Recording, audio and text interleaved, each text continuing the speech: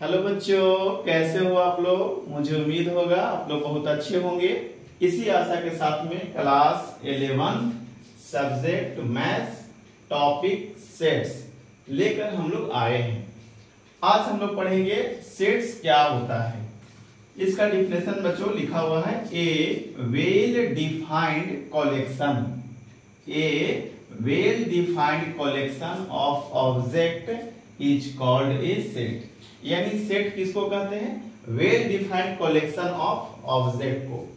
यानी एक ऐसा ऑब्जेक्ट होनी चाहिए जो वेल डिफाइंड होनी चाहिए। यहाँ पे हम लोग समझेंगे, तीनों को तोड़ने का प्रयास करेंगे। वेल डिफाइंड क्या है, कलेक्शन क्या है और ऑब्जेक्ट क्या है। ऑब्जेक्ट किसको कहते हैं? तो दुनिया की सारी वस्तु जिसको आप देख सकते हैं, छू सकते हैं, उन सभी को हम लोग बोलेंगे ऑब्जेक्ट। अर्थात all things in the universe living or non-living which can observe or see by eye is called object. For example, pen, pencil, marker, chair, board and all things. Collection means समूह, वस्तुओं का समूह, object का समूह। विभिन्न object को एक जगह पे रख दें तो उसको बोलते हैं कलेक्शन, यानी एक समूह में है। यहाँ पे वेल डिफाइंड का हिंदी होता है बेटा, वेल मतलब अच्छी तरह से और डिफाइंड मतलब परिभाषित। यानी कोई भी ऑब्जेक्ट जब बता रहे हैं तो वेल डिफाइंड होना चाहिए, यानी उसको अच्छा तरह से परिभाषित होना चाहिए। यहाँ पे वेल डिफाइंड का कुछ एग्जांपल हम देते हैं बच्चों। जैसे पहला एग्जांपल देंगे हम लोग कि vowel letters, vowel letters in English alphabets। Vowel letters बताना है आपको इंग्लिश अल्फाबेट में। इंग्लिश अल्फाबेट मतलब ABCD जो बचपन हम सीखे हम लोग हैं, ए से लेकर जेड तक, उसमें वॉवेल लेटर्स बताना है। तो ये हम देखते हैं कि ये वॉवेल लेटर्स कौन कौन होता है। तो A, E, I, O, U, ये हो गया वॉवेल। इससे अधिक तो होता नहीं है और इससे कम भी नहीं होता है।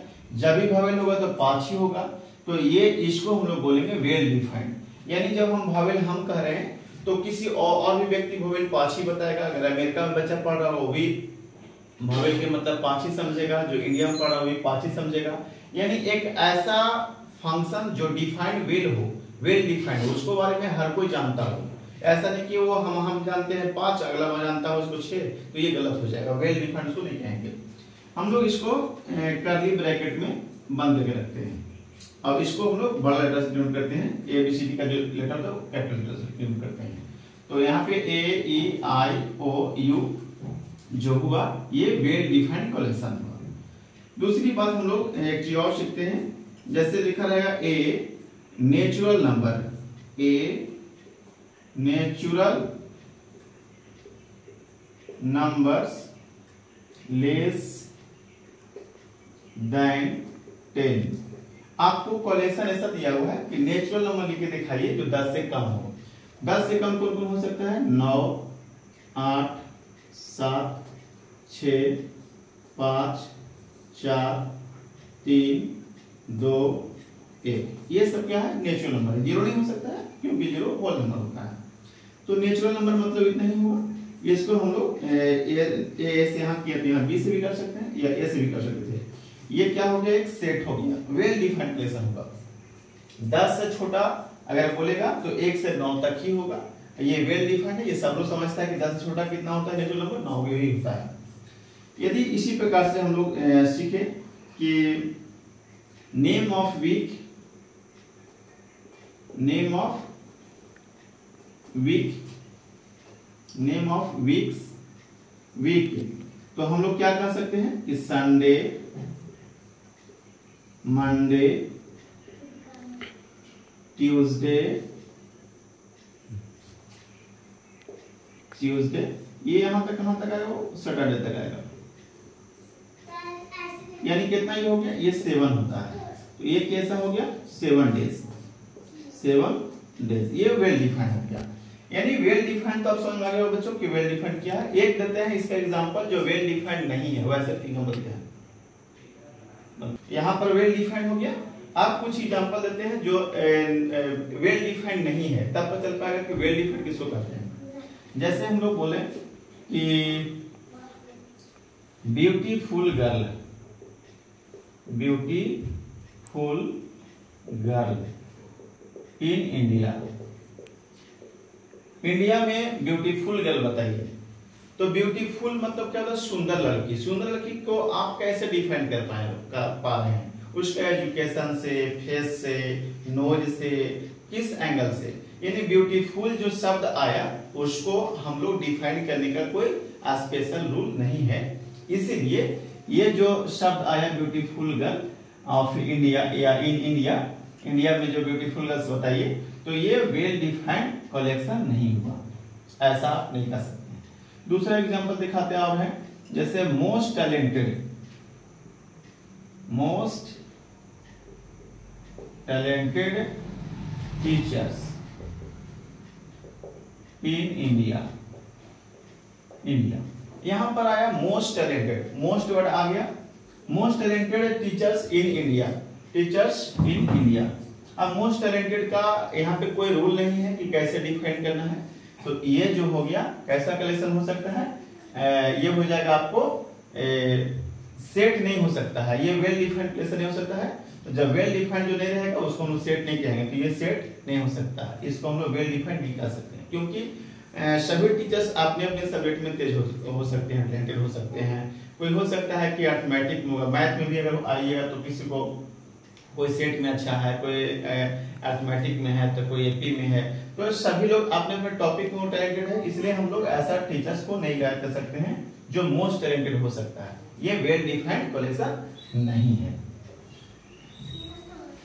अब इसके बाद हम लोग सीखेंगे, ये तो सीख लिए कि वेल डिफाइंड क्या है, अर्थात वेल डिफाइंड कलेक्शन जो रहेगा ना उसी को सेट बोलेंगे, जो वेल डिफाइंड नहीं रहेगा उसको हम लोग सेट नहीं बोल सकते हैं।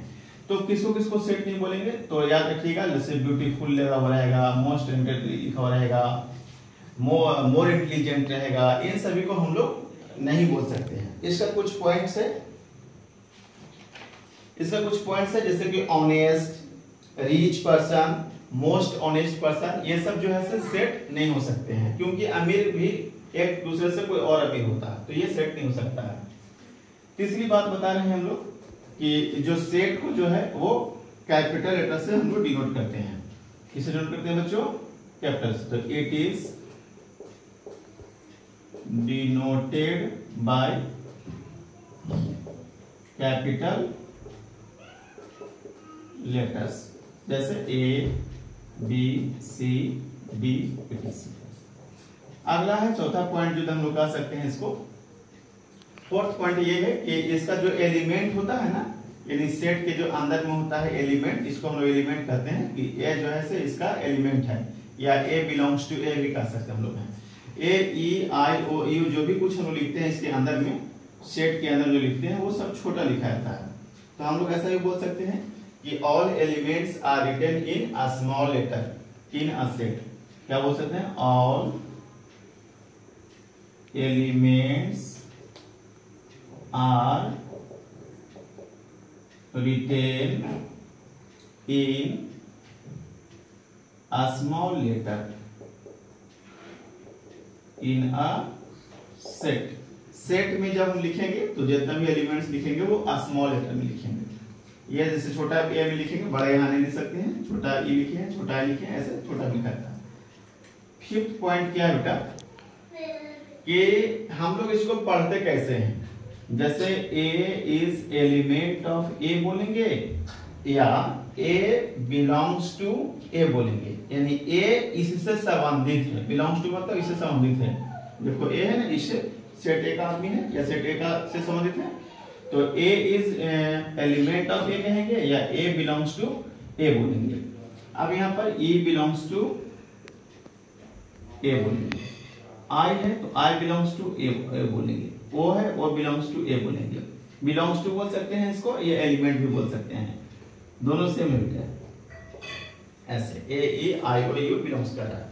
अगर बिलोंग्स नहीं किया रहता तो 6.2 हम लोग सीखेंगे। सपोज करिए कि इसमें ए ई आई ओ यू है, इसमें बी तो नहीं है, तो बोल सकते हैं कि B does not belongs to A. तो डज नॉट बिलोंग्स टू को ऐसे लिखते हैं, ये बिलोंग नहीं कर रहा है, बी इस सेट में तो नहीं है, तो हम लोग ऐसे लिखते हैं। और इसके बाद हम लोग अगले वीडियो में पढ़ेंगे सेट्स को कैसे लिखा जाता है। थैंक यू बच्चे।